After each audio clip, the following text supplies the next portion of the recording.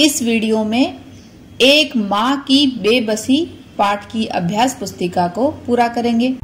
नमस्कार सभी को, हिंदी कला केंद्र में आपका स्वागत है। अगर आप इस चैनल पर नए हैं तो पहले इसको सब्सक्राइब करें व बेल आइकन को दबाना न भूलें ताकि नए वीडियो का नोटिफिकेशन सबसे पहले आपको मिले। बच्चों, इस पाठ को अच्छी तरह से समझने के लिए पाठ का अर्थ व इसके अभ्यास प्रश्नों को आप मेरे इन दोनों वीडियो में देख सकते हो, जिनका लिंक नीचे दिया हुआ है। अब इस पाठ की अभ्यास पुस्तिका को पूरा करते हैं। शब्दार्थ पढ़िए और याद कीजिए।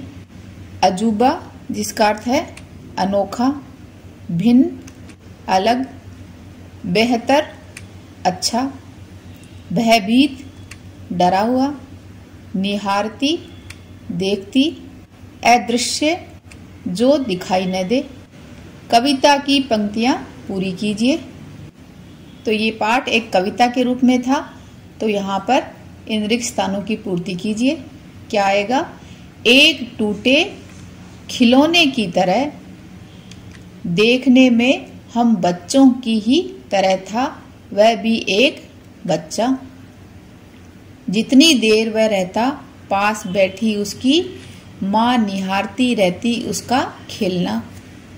अब जैसे जैसे कुछ बेहतर समझने लगा हूँ, उनकी भाषा जो बोल नहीं पाते। हाँ या नहीं में उत्तर दीजिए। वह अदृश्य पड़ोस से निकलकर आता था। यहाँ पर किसकी बात हो रही है बच्चों? ये बात आप मुझे कमेंट बॉक्स में लिखकर बताना कि यहाँ पर वह किसके लिए आया है। तो ये बात सही है तो हाँ लिखेंगे। रतन बोल सकता था? नहीं। वह देखने में हम बच्चों जैसा था? हाँ। सभी रतन की घबराहट को समझते थे? नहीं। बालक की माँ उसे निहारती रहती थी? हाँ। प्रश्नों के उत्तर लिखिए। यह कविता किस बच्चे की है?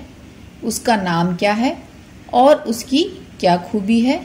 तो यह कविता रतन नाम के बच्चे की है जो बोल नहीं पाता था। या फिर आप ऐसे भी लिख सकते हो कि ये कविता एक गूंगे बच्चे की है जिसका नाम रतन है और उसकी खूबी क्या है कि वह बच्चा बोल नहीं पाता है। कवि रतन को अदृश्य पड़ोस से निकला हुआ क्यों कहते हैं? कवि रतन को अदृश्य पड़ोस से निकला हुआ कहते हैं क्योंकि किसी को भी उसके घर का पता नहीं था। बच्चे रतन की किन किन भावनाओं को नहीं समझ पाते हैं? बच्चे रतन की घबराहटों को, इशारों में कही बातें और उसके अंदर की छटपटाहटों को नहीं समझ पाते हैं। कौन किसका खेल निहारा करता था? रतन की माँ अपने बेटे यानी रतन का खेल निहारा करती थी। रतन की माँ बेबस क्यों है? रतन बोल नहीं सकता था। उसकी माँ चाह कर भी अपने बच्चे के लिए कुछ नहीं कर पा रही है, इसलिए वह बेबस है। कवि अब क्या समझने लगे हैं? उन्हें अब किसकी याद सबसे अधिक आती है? तो कवि अब जो बोल नहीं पाते उनकी भाषा समझने लगे हैं और उन्हें अब सबसे अधिक रतन की माँ की आंखों में बसी बेबसी की याद आती है। बे और ए लगाकर नए शब्द बनाइए और लिखिए।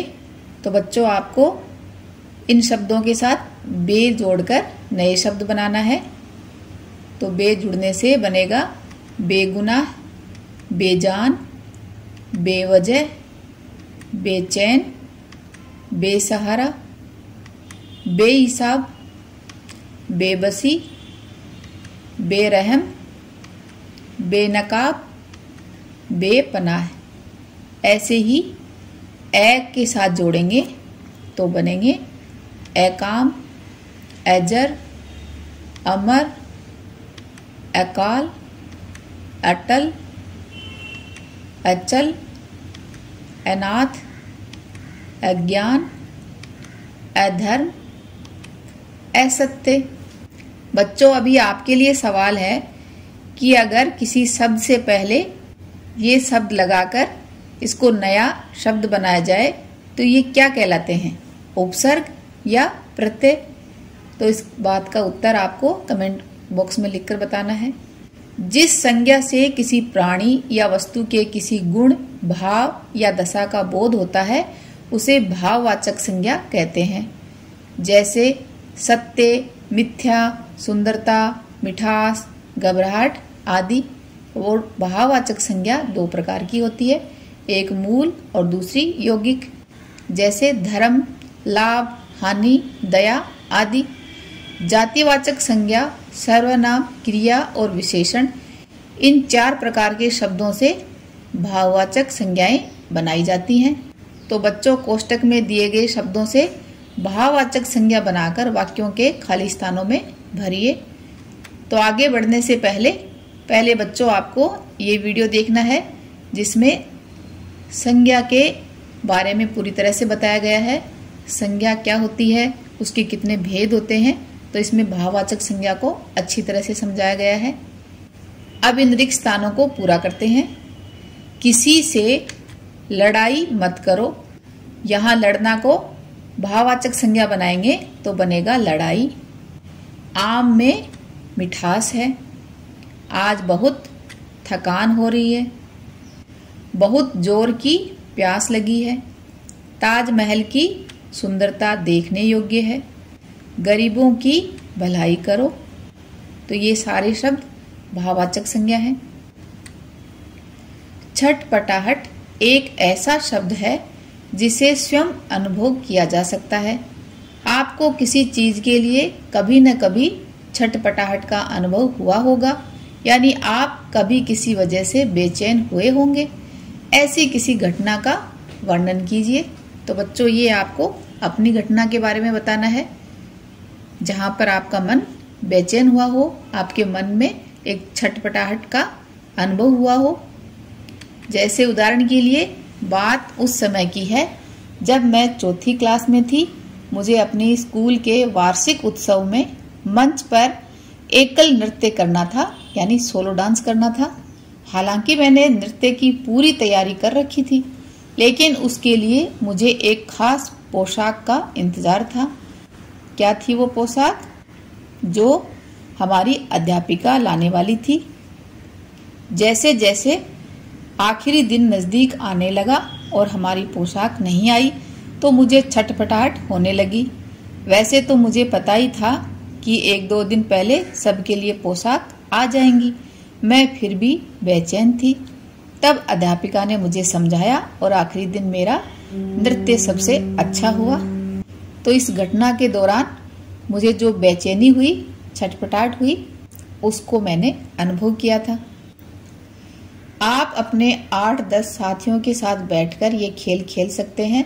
इसमें एक बच्चा अपने मन के किसी भाव या बातों को संकेतों से हाथ और आंखों के इशारे से कहेगा।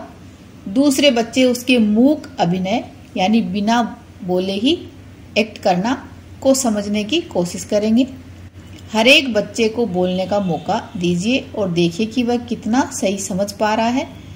इस प्रकार बारी बारी से प्रत्येक बच्चा अपनी बात हाव भाव से प्रकट करे। जो बच्चा जितने सही उत्तर देगा उसके उतने अधिक अंक होंगे। बोल, मेरी फिल्म है पटियाला हाउस। सुपर्ब यार, सुपर्ब। ओके, अभी आपकी बारी। फिल्म है, आपकी फिल्म है टर्बन। तो इस खेल को बच्चों आपने आप टर्बन इस कौन सी तरह फिल्म में पहनी थी? खेल सकते हो। दर्शन। कोई विदेशी फिल्म देखिए और उसके पात्रों द्वारा बोले गए संवाद को उसके आचरण एवं हाव भाव द्वारा समझने का प्रयास कीजिए। बहुत पहले जब फिल्मों में आवाजें नहीं आती थी, उन्हें मूक फिल्में कहा जाता था।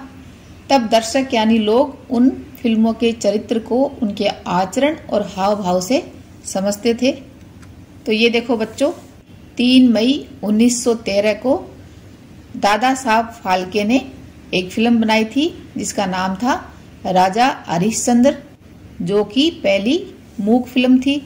इसको बनाने में 6 महीने 27 दिन लगे थे। इसके बारे में और अधिक जानकारी के लिए आप इंटरनेट की सहायता ले सकते हो। आप चार्ली चैपलिन की मूक फिल्म को एक बार फिर से पढ़ें। पाठ को अच्छी तरह से समझने के लिए इसके अर्थ व अभ्यास प्रश्नों को जरूर देखें। बच्चों, अभी आपके लिए एक सवाल है। अभी आपने जाना कि भारत की पहली मूक फिल्म का नाम क्या था?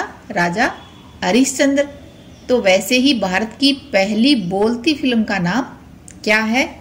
उसका नाम पता करो और मुझे कमेंट बॉक्स में लिखकर बताना। सुझावों व सुधारों के लिए कमेंट बॉक्स में लिखें। अगर हमारे वीडियो बन ही रहे हैं आपके फेवरेट, तो फिर क्यों ना करें इनको लाइक, सब्सक्राइब और रिकमेंड। हमें और बेहतर बनाने के लिए आप कर सकते हैं कमेंट। धन्यवाद।